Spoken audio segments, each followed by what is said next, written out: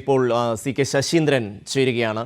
ശശീന്ദ്രൻ, ഇന്നിപ്പോൾ CPIM സംസ്ഥാന secretariat അംഗം MV ജയരാജൻ ഉൾപ്പെടെ പത്മജയെ ആശുപത്രിയിൽ പോയി കണ്ടു. ഞാൻ ജോഷിലയോട് അന്വേഷിച്ചപ്പോൾ മനസ്സിലായത് കോൺഗ്രസിൻ്റെ ഒരാൾ പോലും അവരെ ഫോണിൽ വിളിച്ചു പോലും എന്തായി എങ്ങനെയുണ്ട് എന്ന് ചോദിക്കാൻ തയ്യാറായിട്ടില്ല എന്നുള്ളതാണ്. ഇന്ന് സിദ്ദിഖ് വാർത്താ സമ്മേളനം നടത്തിയിരുന്നു. സിദ്ദിഖ് അതിൽ കുറേ കണക്കുകളുടെ കാര്യം വിശദമാക്കുന്നതായി കണ്ടു. 20 ലക്ഷം രൂപ എന്തോ ഇവർക്ക് കൈമാറി എന്ന് പറയുന്നുണ്ട്. അതുപോലെ തന്നെ ഈ എഗ്രിമെൻ്റ് എന്തിനാണ് കൈവശമാക്കിയെന്ന ചോദ്യത്തിന് അതെപ്പോൾ വേണമെങ്കിലും ആ എഗ്രിമെൻ്റ് നൽകാം എന്ന മട്ടിൽ ഒരു മറുപടി സിദ്ദിഖ് പറയുന്നതായി കേട്ടു.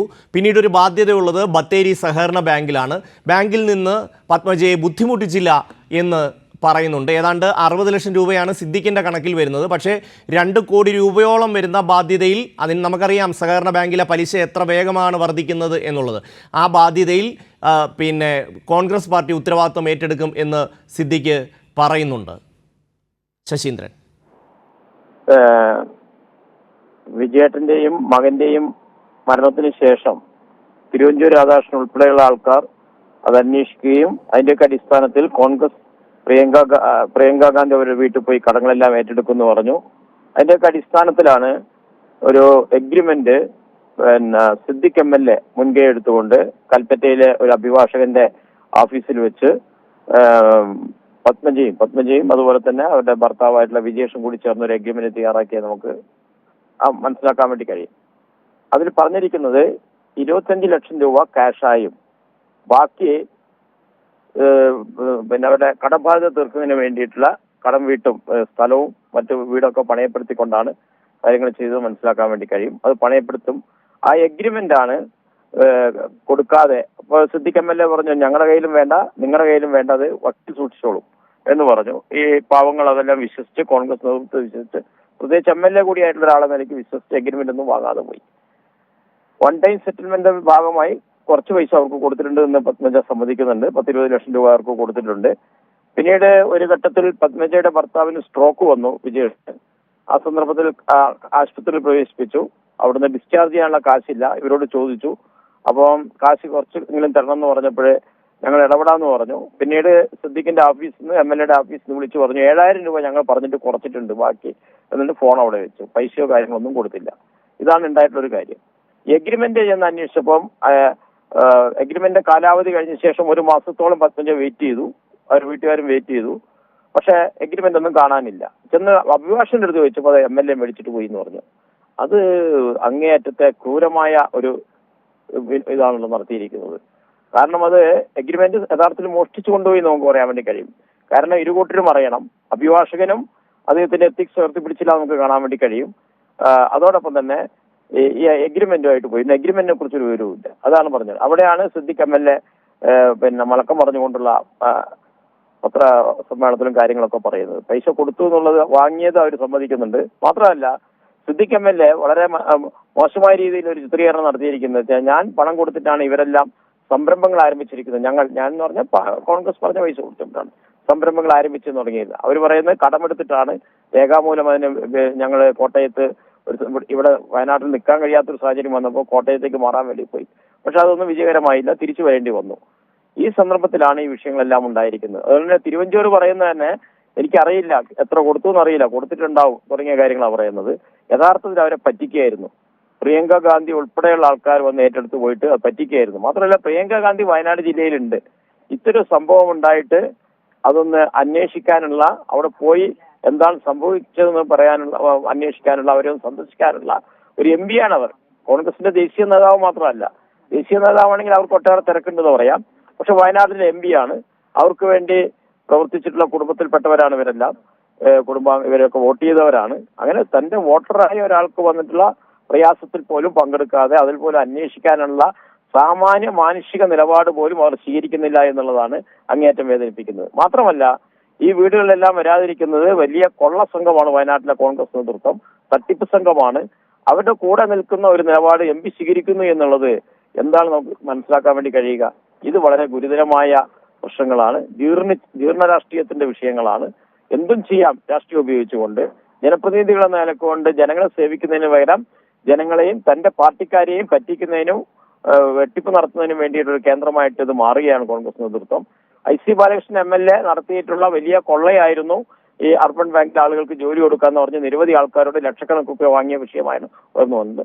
അയാളെ സംരക്ഷിക്കാൻ വേണ്ടിയിരിക്കുന്ന ഒരു നിലപാടാണ് സിദ്ദിഖ് MLA യുടെ ഭാഗത്തുനിന്നുണ്ടായിരിക്കുന്നത്. അതാണ് തിരുവഞ്ചൂർ രാധാകൃഷ്ണൻ നിസ്സഹായാവസ്ഥ പറയുകയാണ്. ഒന്നും കിട്ടിയില്ലേ എന്നൊക്കെ ചോദിക്കുന്ന ഒരു നിലപാടാണ് ചോദിച്ചുകൊണ്ടിരിക്കുന്നത്. അദ്ദേഹത്തിന് ഇതൊന്നും അറിയില്ല എന്ന രീതിയിൽ അദ്ദേഹം ഇവരെ സ്വാഭാവികമായിട്ട് അദ്ദേഹത്തിൽ ഇടപെട്ട് താനും കൂടി മുൻകൈ എടുത്ത് അന്വേഷിച്ച കമ്മീഷന്റെ റിപ്പോർട്ട് അനുസരിച്ച് അവർക്ക് ആവശ്യമായ സാമ്പത്തിക സഹായങ്ങളൊന്നും ചെയ്തില്ലെങ്കിൽ അതിൽ ഇടപെടാനുള്ള ഒരു ഉത്തരവാദിത്വം അദ്ദേഹത്തിനുണ്ടല്ലോ. അല്ലാണ്ട് ഇങ്ങനെ മാറി നിൽക്കലല്ലോ ചെയ്യേണ്ടത്. ഇതാണ് വിഷയം. വളരെ വലിയ ഒരു പ്രശ്നമാണ്. പ്രത്യേകിച്ച് വയനാട്ടിലെ കോൺഗ്രസ് നേതൃത്വം ആകെ തട്ടിപ്പുകാരുടെയും കൊള്ളക്കാരുടെയും റിയൽ എസ്റ്റേറ്റുകാരുടെയും. ശശീന്ദ്രൻ, തിരുവഞ്ചൂരിനോട് അവിടെ മാധ്യമപ്രവർത്തകർ ചോദിക്കുന്നുണ്ട്, NM വിജയന്റെ കുടുംബത്തിന് നീതി കിട്ടിയെന്ന് താങ്കൾ കരുതുന്നുണ്ടോ എന്ന് ചോദിക്കുമ്പോൾ അത് പറയാൻ താൻ ആളല്ല എന്നൊരു മറുപടി നൽകി ഒഴിഞ്ഞു പോവുകയാണ് ചെയ്യുന്നത്. നീതി നൽകിയിട്ടുണ്ട് എന്ന് ഉറപ്പുണ്ടെങ്കിൽ ഈ പറയുന്ന പോലെ അദ്ദേഹം ആദ്യം പറയുന്ന ഒരു കാര്യമുണ്ട്, അതായത് ആ കുടുംബത്തിന് ചില കാര്യങ്ങൾ ചെയ്യണമെന്നുണ്ടായിരുന്നു, ആ കാര്യങ്ങളൊക്കെ ചെയ്തിട്ടുണ്ടാകും എന്നാണ് താൻ വിശ്വസിക്കുന്നത് എന്നാണ് അദ്ദേഹത്തിൻ്റെ മറുപടി. അവിടെയും അദ്ദേഹത്തിന് ഉറപ്പൊന്നുമില്ല.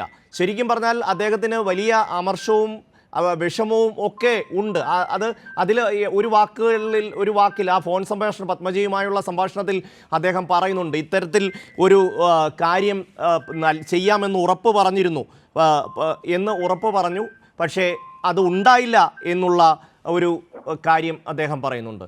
പക്ഷേ അദ്ദേഹത്തിന് ഈ ഒരു സാഹചര്യത്തിൽ ഇത്രയേ പറയാൻ കഴിയൂ, അല്ലെങ്കിൽ അദ്ദേഹം അത്രമാത്രം ദുർബലനാണ് കോൺഗ്രസ്. അതായത് തിരുവഞ്ചൂർ രാധാകൃഷ്ണൻ ഒന്നും ഇത് പറഞ്ഞാൽ കേൾക്കുന്ന അംഗീകരിക്കുന്ന ഒരു നിലപാടല്ല പിന്നെ നമ്മുടെ സിദ്ദിഖ് MLAയും കോൺഗ്രസ് നേതൃത്വം ഒക്കെ ചെയ്തുകൊണ്ടിരിക്കുന്നത്. ഇവർ നടത്തിക്കൊണ്ടിരിക്കുന്ന വലിയ കൊള്ളയിൽ 1-2 ഭാഗങ്ങൾ മാത്രമാണ് പുറത്തിരിക്കുന്നത്. എത്രയോ ഭയാനകമായ സംഭവവികാസങ്ങൾ സ്ഥലത്ത് നടന്നുകൊണ്ടിരിക്കുന്നുണ്ട്. ഈ MLA ആൾക്കാർ പോലും അവര് കോൺഗ്രസിനെ വിചാരിച്ചു കഴിഞ്ഞാൽ ഇത്രയും വലിയ രീതിയിൽ ഒരു പ്രയാസപ്പെട്ടൊരു കുടുംബത്തെ സഹായിക്കണമെന്ന് ആത്മാർത്ഥമായി ആഗ്രഹിച്ച് ചെയ്യാലോ. പക്ഷെ അത് ചെയ്യാൻ അവർക്ക് മനസ്സില്ലാത്ത വിഷയം. ഇതിനെ വേറെ രീതിയിൽ വക്രീകരിക്കുകയാണ്. പത്മജനെ പറഞ്ഞ കാര്യം എന്താ വെച്ചാൽ, അടുത്ത ദിവസം വെളിപ്പെടുത്തിയ കാര്യം എന്താ വെച്ചാൽ, IC ബാലകൃഷ്ണൻ MLA തന്നെ എന്റെ കുടുംബ പ്രശ്നമാണ് ഇതിനൊക്കെ കാരണം എന്ന രീതിയിൽ പ്രചരിപ്പിച്ചു, എന്നെ വല്ലാതെ വേദനിപ്പിച്ചു എന്ന രീതിയിലാണ് അവർ എഴുതിയിരിക്കുന്നത്. അവര് ആത്മഹത്യക്ക് ശ്രമിച്ചപ്പോൾ എഴുതിയിരിക്കുന്നത് കൊലയാളി കോൺഗ്രസിനൊരു ഒരു ഇര കൂടി ഇതാന്ന് പറഞ്ഞിട്ടാണ്. അത്രമാത്രം ധാർമ്മിക രോഷവും പ്രയാസവുമാണ് അവർ രേഖപ്പെടുത്തിയിരിക്കുന്നത്. ഭാഗ്യവശാൽ അവർക്ക് മറ്റൊന്നും സംഭവിച്ചില്ല, അവര് രക്ഷപ്പെട്ടു എന്നുള്ള കാര്യത്തിൽ നമുക്കെല്ലാം ആശ്വസിക്കാം. പക്ഷെ അവരെ കൊണ്ട് അത് ചെയ്യിക്കാൻ പ്രേരിപ്പിച്ചത് കോൺഗ്രസിന്റെ ഈ വൃത്തികെട്ട, നാടിന് അംഗീകരിക്കാൻ വേണ്ടി കഴിയാത്ത, ജനങ്ങൾക്ക് ഒരു കാര്യത്തിൽ സ്വീകരിക്കാൻ വേണ്ടി കഴിയാത്ത, പൊതുപ്രവർത്തകർക്കും രാഷ്ട്രീയ പ്രവർത്തകർക്കും ഒന്നും അംഗീകരിക്കാൻ വേണ്ടി കഴിയാത്ത തട്ടിപ്പിന്റെയും വെട്ടിപ്പിന്റെയും കൊള്ളയുടെയും പര്യായമായി കോൺഗ്രസ് നേതൃത്വം മാറി എന്നുള്ളതാണ് വിഷയം. അവരെ സംരക്ഷിക്കുന്നു എന്നുള്ളതാണ് KPCC ചെയ്യുന്ന കുറ്റം. അതിൽ നിസ്സഹനായിട്ട് മേലോട്ട് നോക്കി നിൽക്കാനാണ് തിരുവഞ്ചൂർ രാധാകൃഷ്ണന് കഴിയുക. അയാൾക്ക് ചെയ്യാൻ വേണ്ടി കഴിയുന്നില്ല.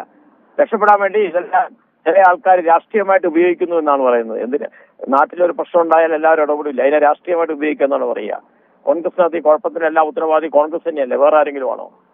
ജോസ് നെല്ലേട എന്ന് പറഞ്ഞ പഞ്ചായത്ത് മെമ്പർ ഇന്നലെ ആത്മഹത്യ ചെയ്തതും കോൺഗ്രസിനകത്തുള്ള തമ്മിൽ തല്ലും കുതികാല് വെട്ടും ഒക്കെയല്ലേ, ഒറ്റപ്പെടുത്തും ഒക്കെയല്ലേ. അദ്ദേഹം പറയുന്നുണ്ടല്ലോ അദ്ദേഹത്തിന്റെ കത്തിലെ ഈ കാര്യങ്ങളെല്ലാം. അതിന് മറ്റു സ്വാഭാവികമായിട്ടും ഒരു മരണം നടന്നാൽ നാട്ടിൽ ആ മരണത്തിന് ഇടയായ സാഹചര്യങ്ങളെ കുറിച്ച് എല്ലാവരും അന്വേഷിക്കുമല്ലോ. ഒരാൾ ആത്മഹത്യക്ക് ശ്രമം നടത്തിയാൽ എന്താണ് എന്റെ കാരണം എന്നുള്ളത് നാടാകെ അന്വേഷിക്കുമല്ലോ. അവർ ഈ കാര്യങ്ങൾ പരസ്യമായിട്ട് പറയുമ്പോൾ അതും ചർച്ചയ്ക്ക് വിഷയമാവുമല്ലോ. അതാണ് ഉണ്ടാവേണ്ടത്. അതുകൊണ്ട് തിരുവഞ്ചൂർ രാധാകൃഷ്ണൻ പറയുന്നതിനോട് അദ്ദേഹത്തിന് നിസ്സഹായത, അദ്ദേഹത്തിനോട് ചിലപ്പോൾ മാനസികമായിട്ട് വിയോജിപ്പൊക്കെ ഉണ്ടാവാം. പക്ഷെ ഇത് കോൺഗ്രസിന്റെ കാര്യമാണല്ലോ. ഇത് തിരുവഞ്ചൂർ രാധാകൃഷ്ണന്റെ നിലപാടിന്റെ മാത്രം വിഷയമല്ല.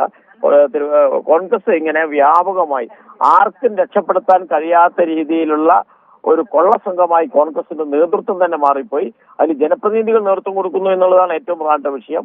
അത്തരം കൊള്ളസംഘം വരുമ്പോൾ തിരുവഞ്ചൂർ രാധാകൃഷ്ണൻ ഉൾപ്പെടെയുള്ള ആൾക്കാരെ നിയന്ത്രിക്കേണ്ട ദേശീയ നേതാവ് വയനാട് MP എന്ന നിലക്കാണ് അവർക്ക് ഇവിടെ ഉള്ളത്.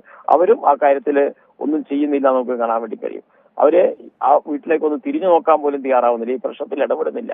അപ്പൊ MP എന്ന നിലയ്ക്കുള്ള ഉത്തരവാദിത്വം പോലും അവർ നിർവഹിക്കുന്നില്ല എന്നുള്ളതും വളരെ പ്രധാനപ്പെട്ട കാര്യമാണ്. ഇത് കോൺഗ്രസിന്റെ കപടമുഖം വലിച്ചു കീറി ജനങ്ങളെ ആകെ ബോധ്യപ്പെടുത്തുന്ന രീതിയിലേക്കാണ് കാര്യങ്ങൾ വരുന്നത്. ഇതിനെ എന്താണ് ചെയ്യേണ്ടത് എന്നുള്ളതാണ് കോൺഗ്രസ് നേതൃത്വം ആലോചിക്കുന്നത്. ഇക്കാര്യത്തിൽ നമ്മൾ പത്മജയുടെ വാക്കുകൾ ഒന്ന് ഓർത്തെടുത്താൽ നമുക്ക് മനസ്സിലാവും. വയനാട്ടിലെ കോൺഗ്രസിനെ മാത്രമായിട്ട് അതിനെ നിർത്തേണ്ടതില്ല. സംസ്ഥാന നേതൃത്വം പോലും ഇക്കാര്യത്തിൽ കൃത്യമായ ധാരണയുണ്ട്. കെ സുധാകരൻ തൊട്ട് എല്ലാവരെയും ഇവർ ഈ കാര്യങ്ങൾ അറിയിച്ചിരുന്നു. അവസാനം പത്മജ പറഞ്ഞത് സണ്ണി ജോസഫിനെയോ സിദ്ദിഖിനെയോ ഒന്നും വിളിച്ചാൽ ഫോൺ പോലും എടുക്കാത്ത ഒരവസ്ഥയാണ്. നമ്മൾ പലതവണ അവരെ നേരിട്ട് കാണാൻ ശ്രമിച്ചു, അപ്പോഴും അത് സാധ്യമാകുന്നില്ല. അതായത് ഒഴിഞ്ഞു മാറിപ്പോവുകയാണ്, എങ്ങനെയും ഈ കുടുംബത്തെ അവോയ്ഡ് ചെയ്തു പോവുകയാണ്. അത് എത്ര മോശപ്പെട്ട ഒരു തലമാണ്. അവർ ഫോൺ വിളിച്ചാൽ ഒന്ന് മറുപടി പറയാൻ പോലും കഴിയാത്ത ഒരവസ്ഥയിലേക്ക് KPCCയുടെ അധ്യക്ഷൻ അടക്കമുള്ളവർ മാറുന്നു എന്നുള്ളത്. അതെ, കോൺഗ്രസ് നേതൃത്വം പൂർണ്ണമായിട്ടും ഇവരെ അങ്ങോട്ട് അവഗണിച്ച് അവരുടെ പ്രശ്നങ്ങളിൽ നിന്ന് പൂർണ്ണമായിട്ടും തിരസ്കരിക്കുന്ന ഒരു നിലപാടാണ് സ്വീകരിച്ചുകൊണ്ടിരിക്കുന്നത്. ആവശ്യമായ രീതിയിലുള്ള സഹായം കൊടുക്കാമെന്ന് പറഞ്ഞു, പരസ്യമായി പറഞ്ഞ കാര്യങ്ങളാണ്. അതിൽ നിന്നെല്ലാം ഒഴിഞ്ഞു മാറി അവരെ അപമാനിക്കുന്ന രീതിയിൽ, അവരെ വീണ്ടും പ്രയാസപ്പെടുന്ന രീതിയിലേക്കുള്ള ഒരു നിലപാടാണ് കോൺഗ്രസിന്റെ ഭാഗത്തുണ്ടാകുന്നത് നമുക്ക് കാണാൻ വേണ്ടി കഴിയും. അതുകൊണ്ട് തന്നെ കോൺഗ്രസ് സണ്ണി ജോസഫ് പറയുന്ന അതേ ഇപ്പൊ അടുത്ത കാലത്തായിരിക്കും പ്രസിഡന്റായിരിക്കുക. പക്ഷെ അദ്ദേഹത്തിന് ഈ കാര്യങ്ങളെല്ലാം അറിയാലോ. അറിയാത്ത എന്തെങ്കിലും കാര്യങ്ങളുണ്ടോ? എല്ലാ കാര്യങ്ങളും അദ്ദേഹത്തിന് നല്ലപോലെ അറിയാവുന്ന കാര്യങ്ങളല്ലേ. അതുകൊണ്ട് ഞാൻ പുതിയ ആളാണെന്ന രീതിയിലേക്ക് അതിന് ഒഴിഞ്ഞു മാറാനുള്ള ഒരു നിലപാടാണ് അദ്ദേഹത്തിന്റെ ഭാഗത്തുണ്ടായിരിക്കുന്നത്. അത് ഉത്തരവാദിത്തത്തിൽ നിന്ന് സ്വയം ഒഴിഞ്ഞു മാറുകയും ഈ തട്ടിപ്പ് സംഘത്തിന് കൂട്ടുനിൽക്കാൻ വേണ്ടി ഞാനൊന്നും പറഞ്ഞില്ലേ രാമനാരായണ എന്ന് പറയുന്ന നിലപാട് അദ്ദേഹം സ്വീകരിക്കുകയാണ്. ഇതൊന്നും അംഗീകരിക്കാൻ വേണ്ടി കഴിയില്ല. അതുകൊണ്ട് തന്നെ ആ കുടുംബത്തിന് കിട്ടേണ്ടുന്ന മാനുഷിക പരിഗണന മുഴുവൻ കിട്ടണം. നിയമപരമായ കാര്യങ്ങൾ എന്തെല്ലാം ചെയ്യാൻ കഴിയുമെന്നുള്ളത് മറുവശത്ത് ആലോചിക്കണം. ഇത് ഒരിക്കലും നമുക്ക് അംഗീകരിക്കാൻ വേണ്ടി കഴിയാത്തതാണ്. കോൺഗ്രസ് ആകെ അങ്ങനെ ദുർബലപ്പെട്ട് കിടക്കുകയല്ലേ. ഇപ്പൊ ഒരു MLAക്ക് അടുത്ത നിയമസഭയിൽ വരാൻ പറ്റുമോ ഇല്ലയോ എന്നുള്ളതല്ലേ ആലോചിച്ചുകൊണ്ടിരിക്കുന്നത്. അതിനകത്തും തർക്കമില്ല അവർക്കിടയിൽ. ഇത്രയേറെ നാടാകെ വലിയ രീതിയിൽ ചർച്ച ചെയ്യപ്പെടുന്ന ഒരു സംഭവം ഉണ്ടായിട്ട് യുവജന നേതാവായിട്ടുള്ള MLAക്ക് നിയമസഭയിൽ വരാൻ പറ്റുമോ ഇല്ലയോ എന്നൊക്കെയുള്ള ചർച്ച നടത്തിക്കൊണ്ടിരിക്കുകയാണ് അവർ. അതാണ് കോൺഗ്രസിന്റെ വിഷയം. ഇത് കോൺഗ്രസ് വലിയ രീതിയിൽ ജീർണതയിൽ അകപ്പെട്ടു പോയൊരു കോൺഗ്രസായി മാറിപ്പോയി എന്നുള്ളതാണ് കോൺഗ്രസ് നേതൃത്വം ആകെ. അതാണ് വിഷയം. അത് ജനങ്ങൾ മനസ്സിലാക്കുകയും ഇത്തരം കാര്യങ്ങൾക്ക് മുമ്പിലുള്ള നിയമപരമായ കാര്യങ്ങൾ തിരിച്ചറിയുകയും ചെയ്യുക എന്നല്ലാതെ മറ്റു മാർഗങ്ങൾ, അതിനാവശ്യമായ സഹായം ചെയ്യുക എന്നല്ലാതെ മറ്റു മാർഗങ്ങളില്ല. അതുകൊണ്ടാണ് പാർട്ടിയുടെ സംസ്ഥാന സെക്രട്ടേറിയറ്റ് അംഗം MV ജയരാജൻ ഉൾപ്പെടെയുള്ള ആൾക്കാർ അവിടെ സന്ദർശനം നടത്തി അവർക്ക് ആവശ്യമായ നിയമപരമായ കാര്യങ്ങൾ ചെയ്യുന്നതിനുള്ള ഉറപ്പും അതുപോലെ തന്നെ അവർക്ക് ഇത്തരം കാര്യങ്ങൾ നേടിയെടുക്കുന്നതിന് വേണ്ടിയുള്ള പിന്തുണയും സഹായവും ഒക്കെ അഭ്യർത്ഥിച്ചുള്ളത് നമുക്ക് കാണാൻ വേണ്ടി കഴിയും. നന്ദി ശശീന്ദ്രൻ പ്രതികരിച്ചതിന്.